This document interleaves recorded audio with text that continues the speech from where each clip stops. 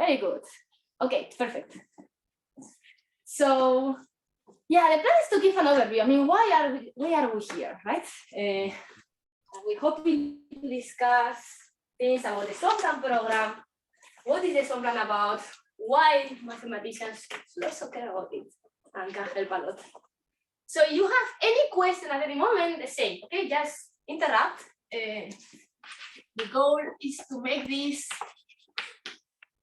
as interactive and pedagogical as possible, so that from now on, after this lecture, we are going to be on the same page about what the most important ideas are, and we can start discussing more complicated things. So the Swampland program.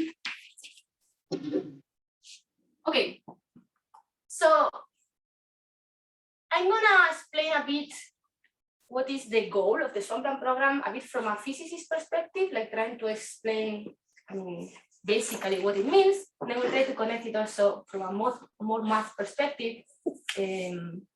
How could you think about it? No, when we think in terms of the manifold that you use to compactify scale here. So the goal. So in physics, okay. Probably, I don't know if you have heard, but it's very common to always talk about effective field theories in the sense that you are interested in describing the physics up to some energy scale, and then you have a model to describe the physics there, maybe some Lagrangian theorem, and it's very important what is the scale, the energy scale at which you want to describe the physics, okay? So effective field theories are typically only valid up to a certain energy, and it's not the same effective field theory that you use to describe the fluid dynamics or even atomic physics, and the effective field theory that you use if you go to higher energies and you want to describe the Higgs boson and so on. Okay, so depending on the energy, you can have lambda CC, here you can have the Higgs, you can start increasing, and at some point at very high energy you have the Planck scale where quantum gravity becomes important. Okay. So the point is that we have a very well-defined procedure to go down. So this is going to be like UV, like high energies. And this is the IR. Okay, so this is low energy, this high energy. And there is a very well-defined procedure to go from the top to the bottom. Okay, because you can just like get rid of the information that is above at a certain energy scale and get an effective field theory that is valid below. But it's not guaranteed how to go from bottom to up. Okay, so you can start with some effective field theory as people use to describe now the physics at the LHCC, describe the Higgs boson and so on, and that it works perfectly fine from here to below. Okay, but in the end, we are interested in understanding like the fundamental nature, like understand better and better how the physics behave at higher energies, shorter distances. So we need to complete this. Okay, we need to understand what are the new physics that will appear higher. And it's not guaranteed that even if you have here a model that works, it's not guaranteed that you are going to get here a new IFT that works and makes sense. Okay, so from here to here you can always do it, but the other way around, even if this is working fine, this might not work fine. There might be some obstruction, okay, for the UV completion. And this is what the Swampland program tries to understand. So here, if I want to go so high in energies that gravity becomes important, this CFT, has to be a quantum gravity theory.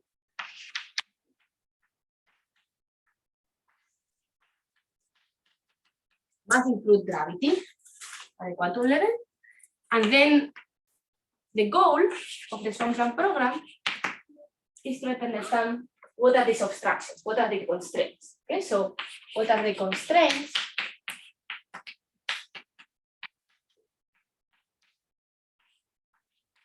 that the low energy FT must satisfy to be completed, so to be valid high energy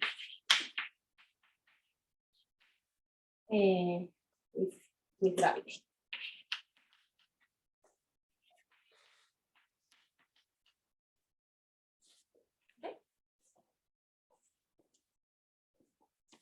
Okay, so this is the physicist perspective. This is a question. Yes. Yes. Do you assume that the UV completion must be string theory, or is it more general than that? At the moment, no. Okay. At the moment, it's just it needs to be some quantum gravity theory, so it must include gravity at the quantum level. I mean, that's all we need. Of course, then we try to make this concrete and precise. It's very useful then to focus on some quantum gravity that you can test quantitatively, and then string theory is going to play the building role. But in principle, the goal is general. It's like, what do I need to satisfy so that the EFT can be consistent with quantum gravity? Okay? And this is very, I mean, from a physicist perspective, this is very important, because if you can understand what these constraints are, you can give, like, someone that is working in particle physics, cosmology, someone that is working in low energies, I mean, the models that they construct, they should preserve these constraints. So you are giving new recipes, like new rules that they must satisfy, because otherwise, okay, you can engineer some EFT, but it's not going to be consistent with gravity, so you cannot describe our universe. So like you're giving new constraints to people working at low energies that can be new guiding tools, and maybe can also explain like some of the things that we observe that otherwise without gravity they don't make sense. Okay, so for phenomenology, this is very important. Now, as we said, to make it concrete, it's very easy. I mean, it's much easier to think of string theory. So in string theory, you have this quantum gravity theory, very good. We can test this. So you have string theory, and the typical procedure to get the low energy effective field theories is that since string theory lives in higher dimensions, like right now we live in 4 dimensions, but there could be more, and string theory requires more. So the typical procedure, probably you all know, right, is that you compactify. So you put string theory on some background. So it's plus n minus d. So you have some compact space times non-compact. So this is where we live. Okay, in Minkowski. And then by doing this, so let's put that this is going to be just, I mean, this is in general, not only for 4 dimensions, but just for concreteness, let me put 4 dimensions. So you compactify on this compact manifold, and then you can translate, you can rewrite what you observe from the perspective of someone only living here, and that's, in the end, going on in energy. Energy is going to be my EFT. Okay? Then this is the Minkowski. And then here we get the IR EFT. And then these constraints are precisely the constraints that come, like from compactifying string theory in a compact space. And it's very important that it's compact, because the equivalence of a compact space in mathematics is that gravity is dynamical in physics. Okay. Meaning that that can propagate. Okay, so the Planck mass that I'm writing here, like this interaction of gravity in 4 dimensions, is going to be proportional to this volume of the internal space. So that needs to be compact. Okay. So this is in higher dimensional units. Some power here. So it needs to be compact, because otherwise the Planck mass is infinite and gravity is not dynamical. So it's a universe without gravity. Okay, so a universe with dynamical gravity, we need to have this compact space. But in principle, you would have non-compact manifolds, like complete and finite volume, right? So. Complete and finite volume. Yeah. Yeah. Sorry. Yes. Yes. Yeah. Let's think of finite volume. It's the important thing. We'll see also, especially that in the model space is important. Okay. So is the volume itself dynamical, or is it fixed across space-time? Yeah, so the volume itself, it depends. So you can put here some ingredients, like fluxes, brain, and different things that are precisely going to stabilize this volume. So in principle, this volume is parameterized by some scalar field in physics, so it's dynamical. It will depend on what is the you generate a potential and where you can stabilize it. For our universe, we want to do it because we need to get a fixed value. Then this is people working model building, not try to do this in a consistent way and so on.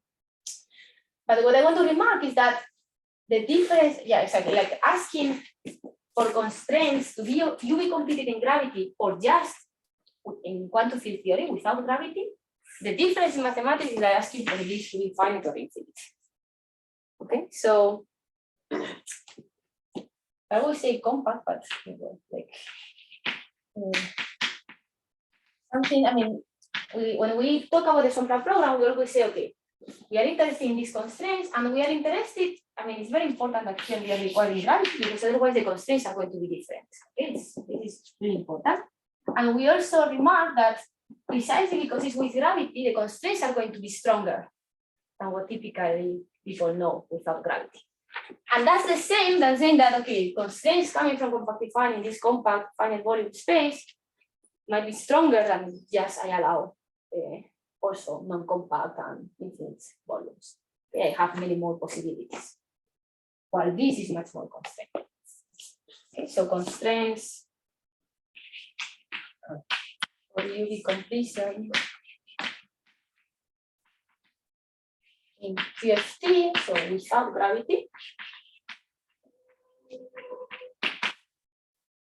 are different from the constraints for UV completion with gravity.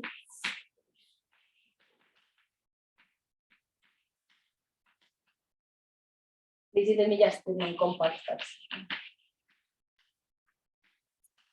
non-compact space versus compact space.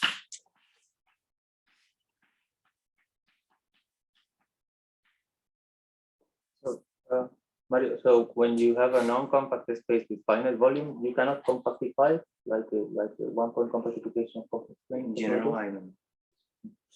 Because possibly in a large class of manifolds there is something, but it will be maybe a very bad space.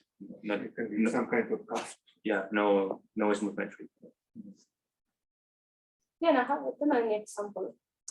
I think in string theory typically we also Yeah. require extra.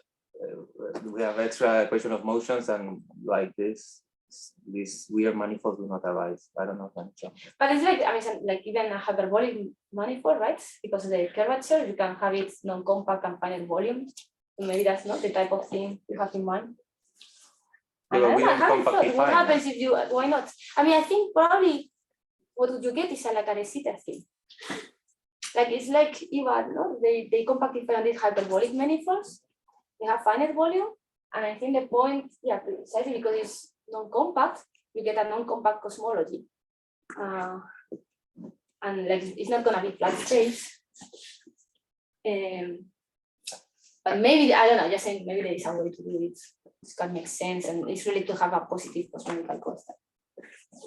No, maybe the And no KK tower to like. yeah, that's okay, yes, different. yes. Yeah, that's true. I mean, probably, but you think for sure? I don't know. At least in some regions, yes. Yeah, so. Potentially. Yeah, that's a good point. I think probably you can do it, and gravity is dynamical still, but you're gonna get a lot of light states, so you're not gonna have like a 4-dimensional universe because you're gonna get sensitive to all the Kaluza-Klein modes and so on in these cusps. So there are some regions of the universe which are not 4-dimensional.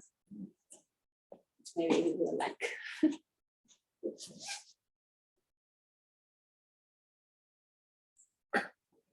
But for example, yeah, in the models of FIBA, what he does is to cut precisely these cusps. So it's still like a hyperbolic thing, but then I guess it becomes compact.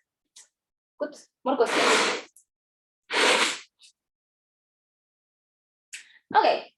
So this is basically the idea. So all the, I mean, I don't know, okay, maybe I'm oversimplifying a bit, but I really think that all the difficulties that when we try to explain this Swampland program, UV completion, gravity, and so on, and the constraint, why gravity is different than quantum field theory, and so on. From a string theory perspective, when you compactify like the typical procedure, is really about this. Like, of course, it's gonna be different. Have non-compact spaces, compact spaces, and what we try to understand is what are the universal features that appear because we are compactifying these compact spaces, and what are the geometry that are allowed that you can put things here on these geometries. Okay? And how to translate these features to the language of the IFT. Okay. So, of course, it's every time you try to do something universal and general, it's hard, right? And that's why we have proposals, but they are conjectures. Because always prove this incomplete generality is very difficult. We can prove some of these things when we restrict to some setups. That's what we've been doing in the past years. But still, I guess here in this audience makes sense. Since we are not completely sure about it, it will be a conjecture, meaning that if something is interesting, we have evidence for it, we want to push it, but we don't have a universal proof. So there are different proposals, okay? The ones I want to introduce because they will be important for this week and are also the most important ones in the Swampland program, is the absence of global symmetries, the weak gravity conjecture,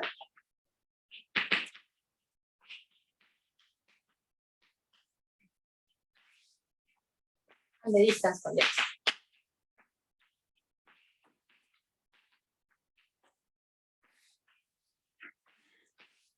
And the relations among them. Okay, so these are the three most important conjectures. All the other ideas of the Swampland somehow are related to one of them.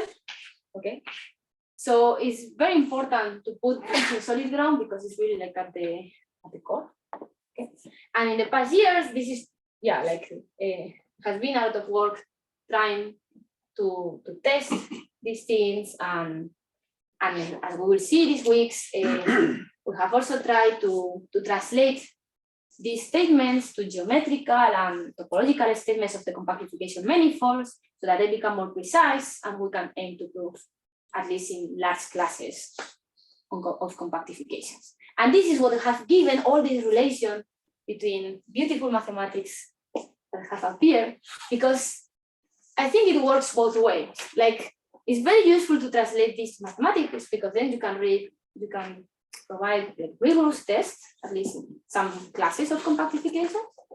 But sometimes it also works the other way around. Like, sometimes these conjectures tells you what is interesting to look to find some universal property of the compactification, like some new universal geometrical or topological features that maybe otherwise, I don't know, like you don't know, you miss. And this is telling you, okay, this seems to be universal, and let's try to study why. Okay. Because we'll see that how they are realizing string theories sometimes is quite surprising. It's not trivial at all. Any question? This general thing, how so far so good, right? Okay. So let's start with that. No. Not this one. Okay, sorry. There's a new one. Okay. Throw it away. Okay. Don't do it.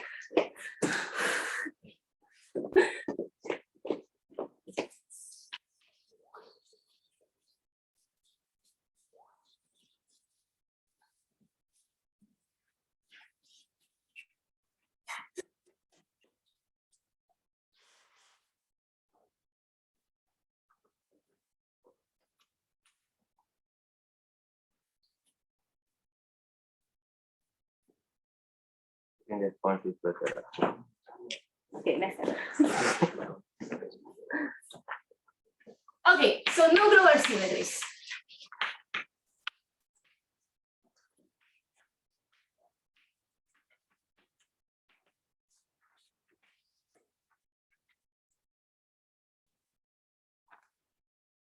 Okay, so here there are two keywords.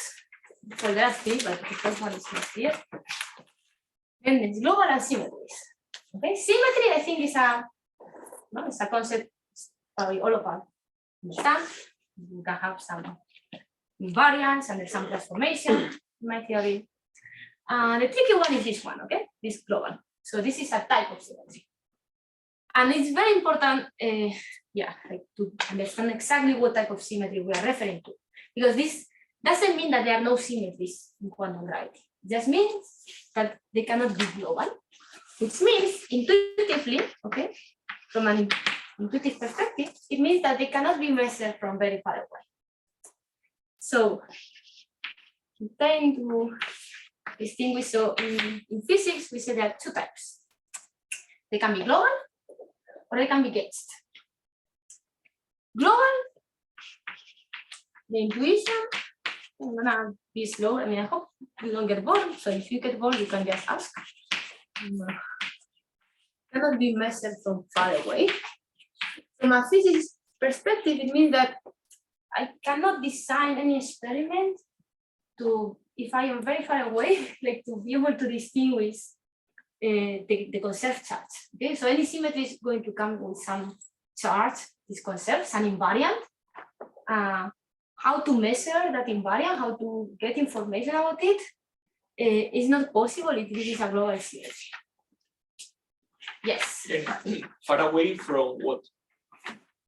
Like for example, imagine that you have, I don't know, like you have some box, and you count like how many.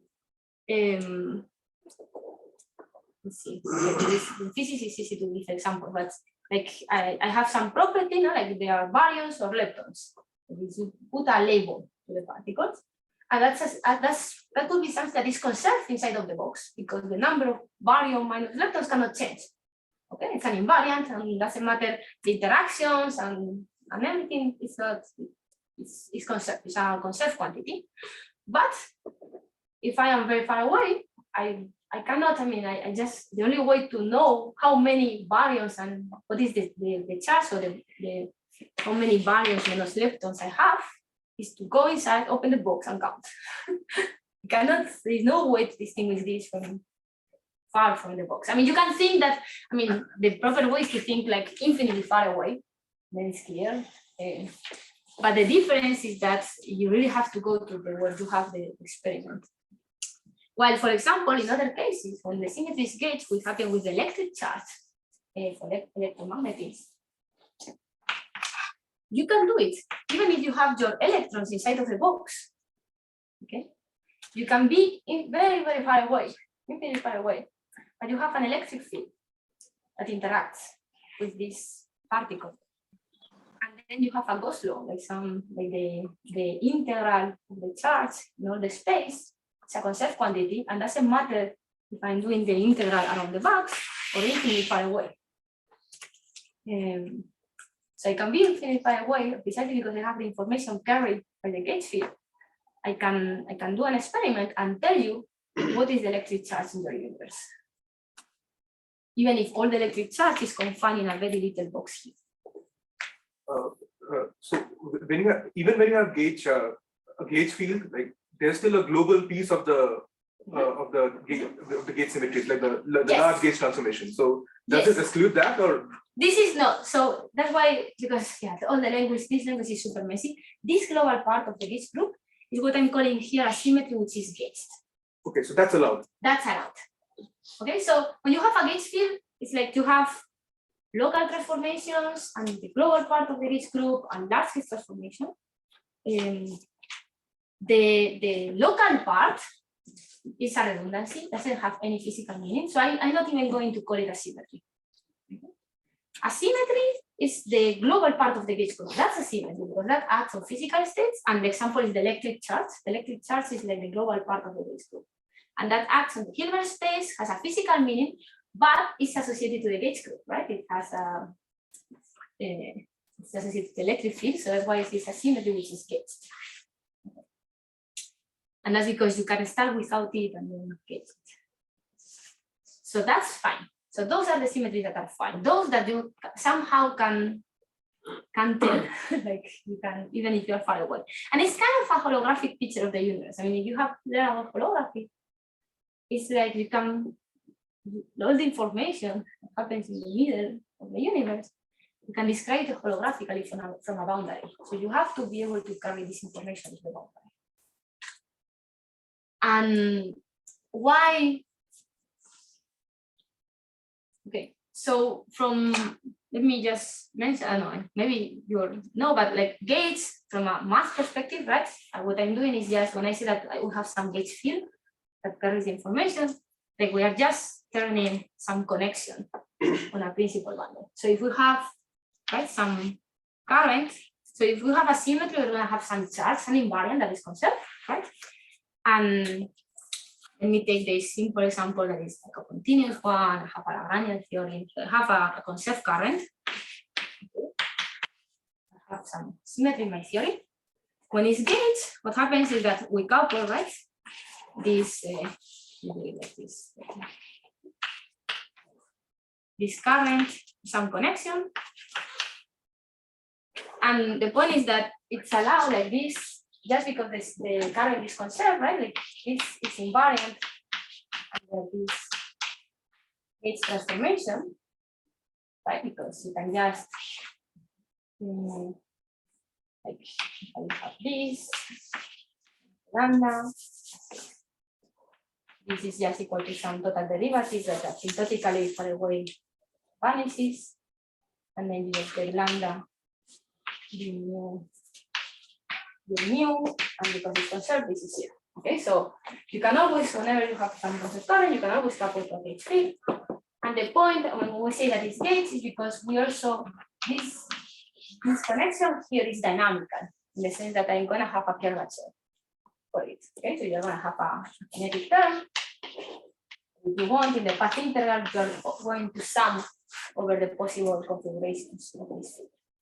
And when you do that, this is like a dynamical field, and then you're going to have a Gauss law. And that's why we say that this symmetry parameterized by this current has been gauged, and that's allowed. So the whole point is that what we expect in quantum gravity is that all the symmetries must be of this way, if they are exact. I mean, it could be that they are approximate and they are broken, and then it doesn't matter. But if they are exact, they must be associated to some connection, okay? They must be coupled to some connection, they must be gauged.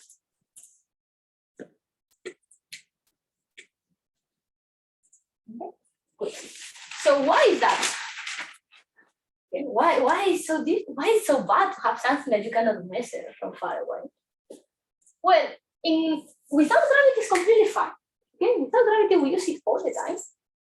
But with gravity, it gets problematic. It's related to this holographic version of the world, but you can also think in terms of black holes. So something which is very useful in the Swampland program, how we start to think about these things, is that we imagine what would happen if we have a black hole, which happens because we have gravity, in the presence of a global symmetry, and then try to understand what goes wrong.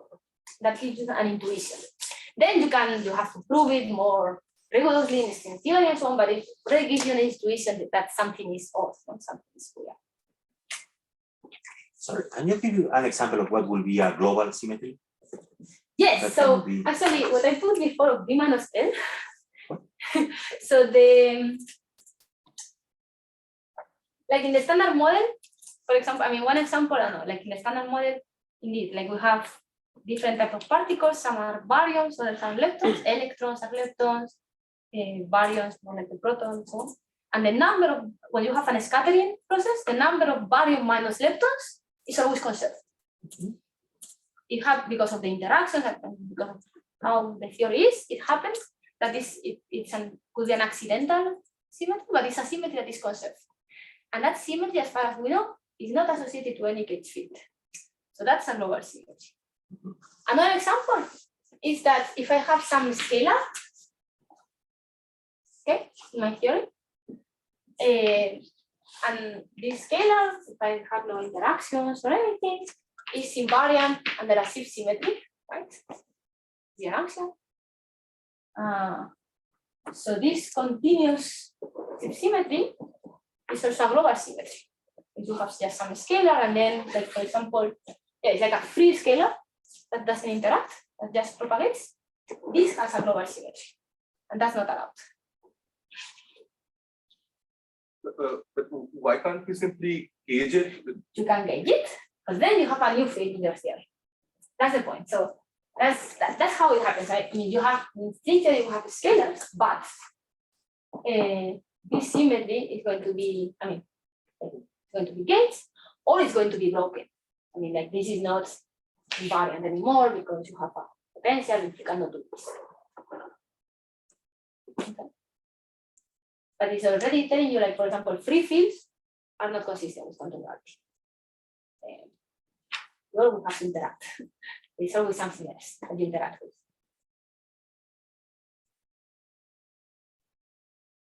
Okay. More questions?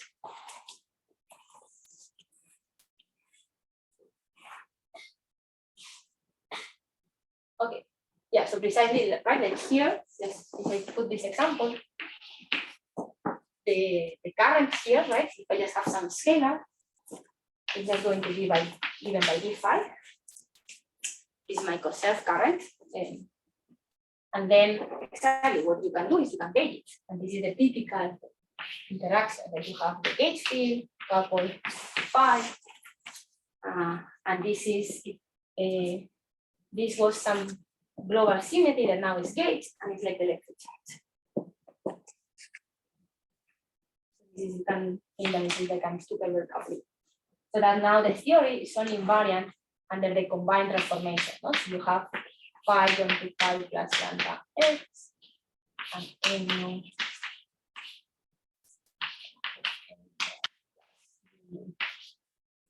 lambda. And the global part, which does not depend on x, right? Like when this is a constant, was the symmetry I had before, but now it's part of this. So now it's gauged and it's consistent with quantum gravity.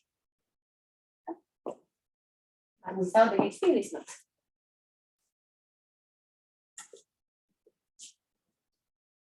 Okay, so I'm gonna just with words probably give you what is this motivation from black holes. And then the whole point is that recently, in recent years, there is a huge activity also on new notions of symmetry that have appeared. Okay, more difficult thing than this one. And requiring the absence of those new notions of symmetry is really non-trivial and can explain many of the features, like top-down features that we observe in the state. Okay. But let me first tell a few words about the black holes, and then we'll enter into all these new universe symmetries. Okay, so why is bad?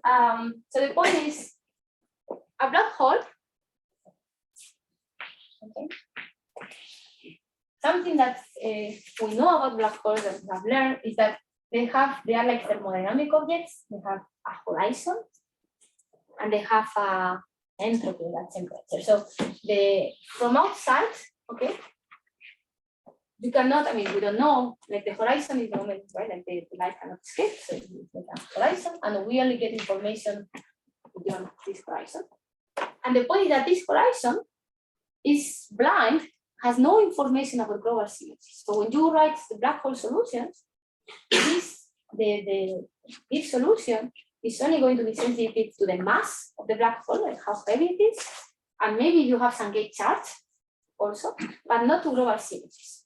Okay, the global symmetry is lost here, and this is related to the fact that I cannot measure from very far away, so it's not anymore in the boundary of this horizon. Okay, information is lost there. So the point is that if you have a global symmetry, you can construct infinitely many black holes that seem the same, look exactly the same from outside, but they have different values of the global symmetry. Just I cannot tell, but like they are different. They have different charges, but still they all look the same from if you are very far away. Okay? And this is problematic. I mean, there are several ways to show it's problematic. One is that, okay, when you have infinitely many ways to do the same thing, This gives rise typically to an infinite entropy because it's like counting how many different states you can have. That's not good. Another way is that, I mean, if you have infinitely many of them, in the end, well, something we know about black holes is that they can evaporate and lose mass. So you are gonna end up with infinitely many remnants, like they are going to have Planck mass. So you have infinitely many states with this almost degenerating mass, the same mass, but different charges. So this, in all the scattering process that you can imagine, I mean, this is like a huge resonance because you have infinitely many states with the same mass. And this is something that typically goes against, with detected experimentally. You cannot keep this theory with coupled to gravity. You have these infinitely many remnants. So it's all about the whole problem with the black holes is precisely this feature that I need to be able to detect it from far away, because otherwise I can construct infinitely many copies of the same thing. Is there any relation between global symmetries and the group of isometries of your gravitational field in 4 dimensions? Just to understand what you're saying, that if I have a black hole, I mean, suppose that we have one solution of Einstein equations. If I have one black hole and I have an isometry, then I can move this black hole by the isometry, and it will be in more places. Is there any relation? I think it's like an isometry because the whole point of this global symmetry is that it's not associated to geomorphisms or anything, because otherwise it would be kind of gauged by gravity. Okay. Like for example, rotational transformations, they are part of the epimorphism, so it's like if you are gauging. But even if it is discrete, I'm trying to understand. Yeah, I mean, this also applies for discrete symmetry. But I don't think, well, at least as far as I can tell, I don't think I can see the any symmetry in my black hole solution. And then I turn this into a question, into another question. I mean, if someone thinks differently, just speak up. But so how do I produce more black holes from a given one if I have a global symmetry that I have? How you produce? More, yeah. You You can said that always, if I start with a black one and I yes. have a global symmetry, then I will have more. Yeah, you can think, like, for example, so whenever you have a symmetry and different charges, in principle, you can have also like some particle, right, that is charged. Imagine that I have also some particle charged under this global symmetry. Then I can just throw this particle into the black hole, and then I will get a black hole, maybe a little bit heavier, and with a different value of the charge. And you can do this like all the times you want, so it's possible like to have infinitely many different types. So typically, one of the gravity is that if you can have it, you're gonna have it. Like But I think maybe was interesting. You send one baryon and one lepton, let's say, so you don't change the B minus L. So I don't know if that's what Mari's asking, but from the viewpoint of the global symmetry, nothing has changed. No, is that? if you throw what's Like again? you don't change the number of baryon minus leptons inside the black hole, or you want to change it? No, but you can have different, right? Like B minus L in the end, I think that is like a U1 symmetry, where the difference, which is labeled by some charge that goes, that takes integers, right? Or the possible integers to infinity. And each value is a value of B minus L, right? So you can have infinite many possible values. And then it's like having different representations under my symmetry. No? I mean, you can have a concept chart, but you can have different representations, and the point is that here there are infinitely many representations. And the black hole can be in any of these representations. So is this equivalent to saying that all conservation laws must be implemented locally, and there can't be any global conservation laws in gravity because there is no global preferred global frame?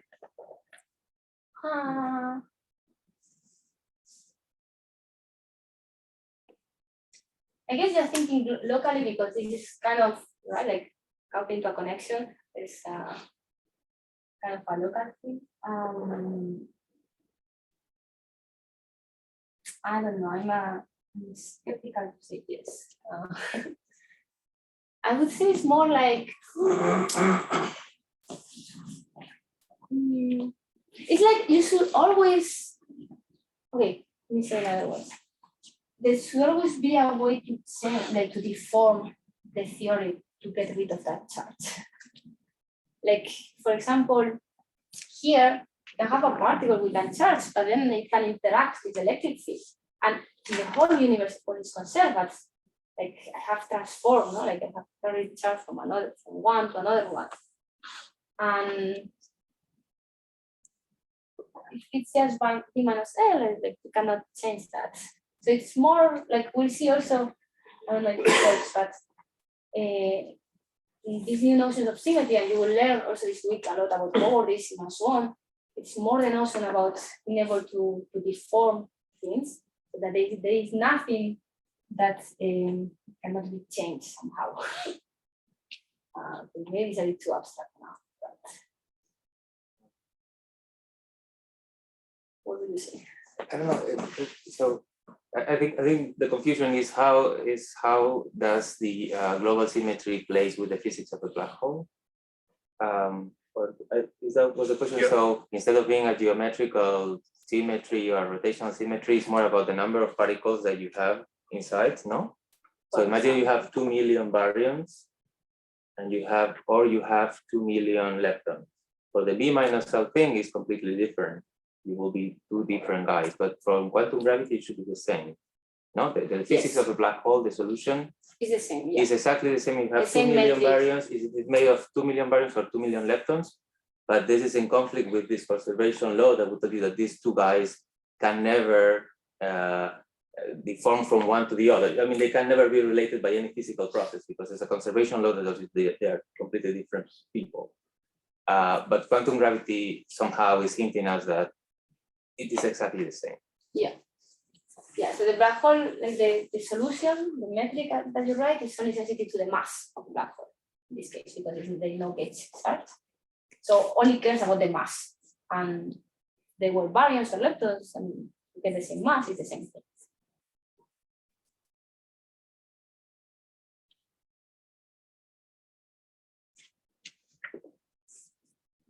Okay, more questions? Why does this issue not arise with the global part of a gauge symmetry? Good, because now this solution is sensitive to the gauge charge. So I can maybe even write it down. I remember by heart. So here you have, like, typically have some solution that depends on the radial direction, how close you are. And the point is that this function, I mean, this is all the black hole curve, the horizon curve, goes as 1 minus 2m, I think. No, this is it's m and r. I think. Okay, don't take the numerical values very seriously because I'm just writing my heart. But the point is that if it's neutral, if there is no gauge, this is the solution, so it only cares about the mass. But if I have a gauge charge, the electric field, I mean, it's the same. Like I can do I have a Gauss law now, and I can measure the electric charge around. So like because I have some gauge field propagating. So the electric charge matters, and it enters here as well. So this is the gauge. This is the global part of the gauge group. Okay, so if I have some electrically charged black hole, the electric charge is changing my solution. So different values of the electric charge are different black holes, and that's completely fine. Because now this horizon is sensitive, the solution is sensitive to it. So this goes back to the initial definition that you gave, like, because the black hole forgets about anything that is localized and you can measure it. Exactly. And then you need some Stokes theorem or something like this. Exactly. You need some Stokes theorem, some Gauss law that allows me to measure this charge.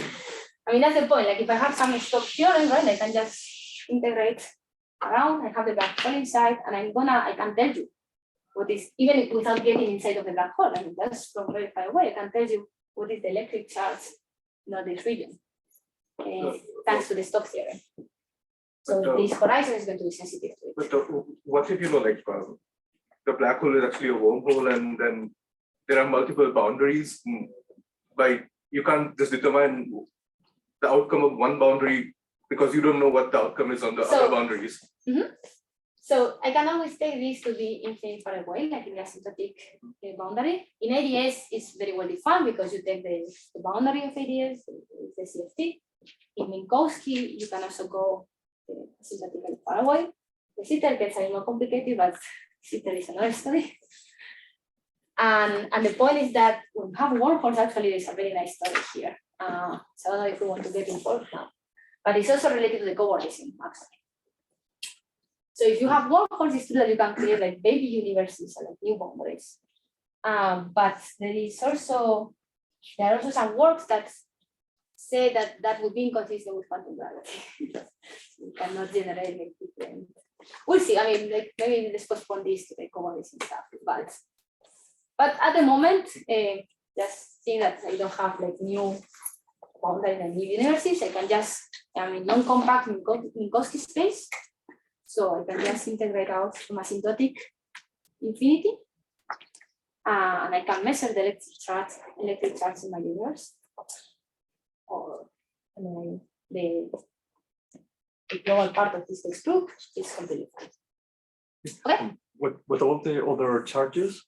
Like if, for instance, the electric charge is for the electromagnetic field, but could you have in principle, like a chromodynamic kind of charges? Yeah, and so everything that is in the end, like associated to gates, dynamical degree of freedom is fine. I'm saying just electric charge because it's the easiest one.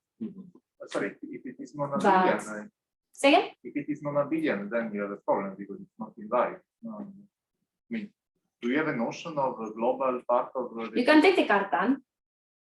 I'm thinking like when for non-abelian gauge fields, you can still think of the Cartan, and then the question gets more complicated because you have to check if the theory is confined, if the gauge group is confined or not. Of course, if it's confined, you don't have asymptotic states with those charges, so there is not even a question to ask, but that's fine.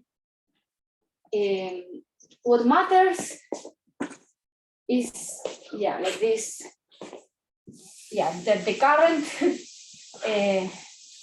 is coupled to a gauge field. So maybe let me, so this is more like intuition, but maybe it helps. There is a way to make this concrete, like there's a good formalism that have been developed in quantum field theory to really distinguish between global and gauge. I mean, it's kind of the intuition, but of course, if the theory is confined, of course, it gets more complicated. The proper formalism, maybe let me introduce it quickly, is that if I have asymmetry, asymmetry is going to be parameterized by some unitary local operator.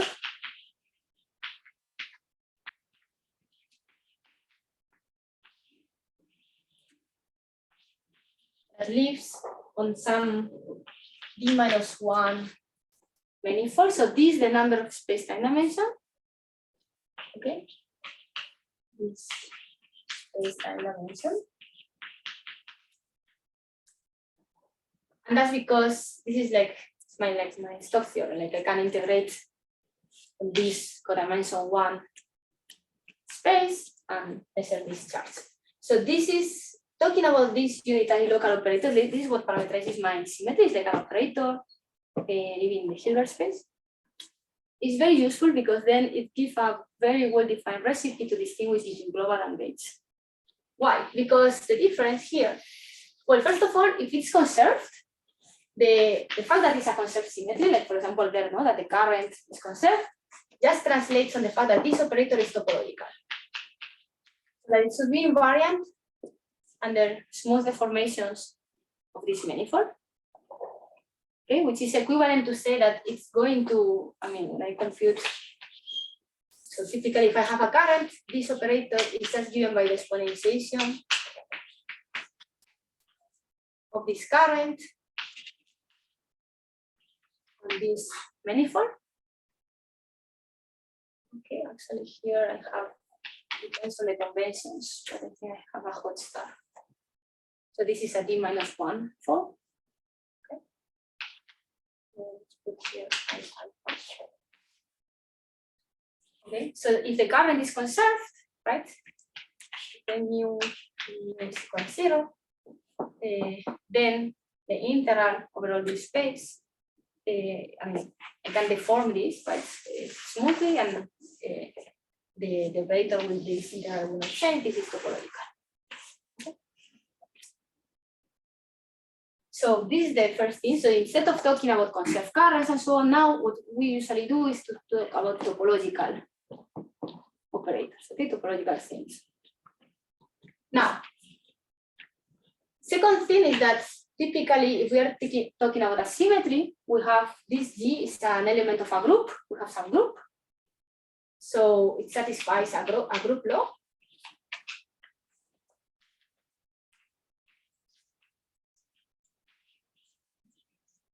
So UG times UG prime is another element, okay, of the group.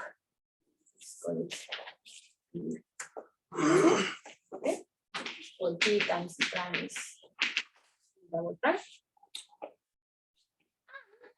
Here is a difference with gates or not. This operator, this symmetry, must act on something. No, there must be something that is charged under it and changes. I mean, if nothing changes, then this is completely trivial.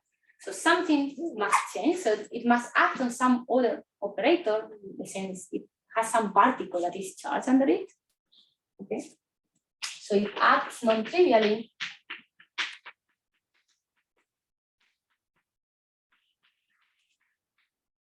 on some, let me put here now, gets invariant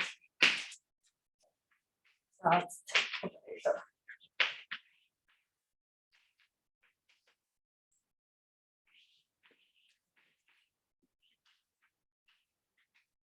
So that I can act, yes, I can act over an operator and I get a non-trivial result.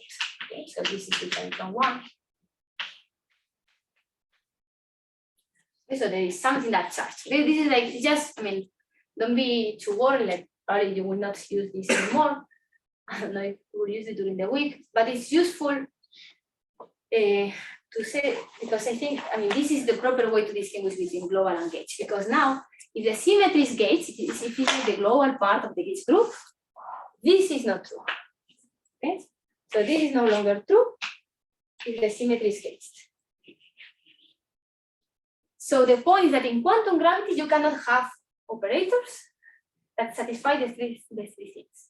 You must either violate this one, because this new thing is not going to be gauge invariant, and that happens, for example, in the example we were considering. Yeah, this operator is like the d5, right? It's the scalar field. So this is just into the I5 in the case of the scalar field changing. So this operator without the gauge field is invariant because I can change phi, but like I'm exponential, so it doesn't matter. But in the moment in which it's coupled to the gauge field, this is not, I mean, here I have the integral, this is not invariant anymore. So this is not an operator which is invariant under this transformation. Okay, so it's not a valid, it's not a genuine operator. So this is the main difference. If you don't satisfy this, even if you have this, the symmetry is going to be gauge. If you satisfy this, it's global. And we cannot allow this. Or if this still happens, then we have to break the first one. So this is the same as breaking the symmetry. Okay, the symmetry can be broken in the sense that it's not true that this operator is topological. There is something that will make the current not to be conserved. Okay, this is one of them.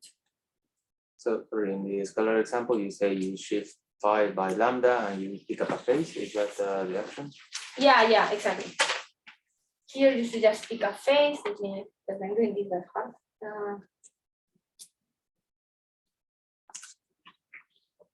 Yeah, exactly. So if this is global, right, you just pick a phase. I mean, the integration is like a phase in my action, doesn't matter. That would be raw, no? The phase. Yeah, exactly. That's precisely the phase that you pick. So here you have show some factor, but yeah. Whatever is the transformation, this is the phase you pick. But if it's local, I mean, then you know that this operator is not going to be invariant under 5 going to 5 plus lambda, because it's only invariant when I also shift the gauge field. Okay, so just having the scalar field by itself is not invariant. I need a combination of the two.